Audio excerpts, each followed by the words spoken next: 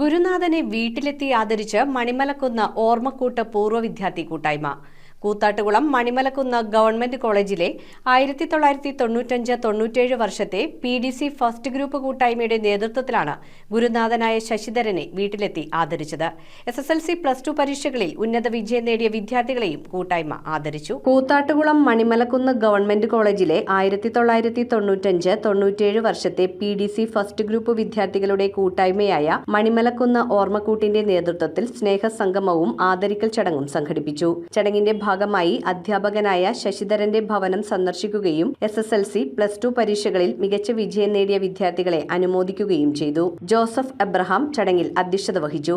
ശശിധരൻ മുഖ്യപ്രഭാഷണം നടത്തി.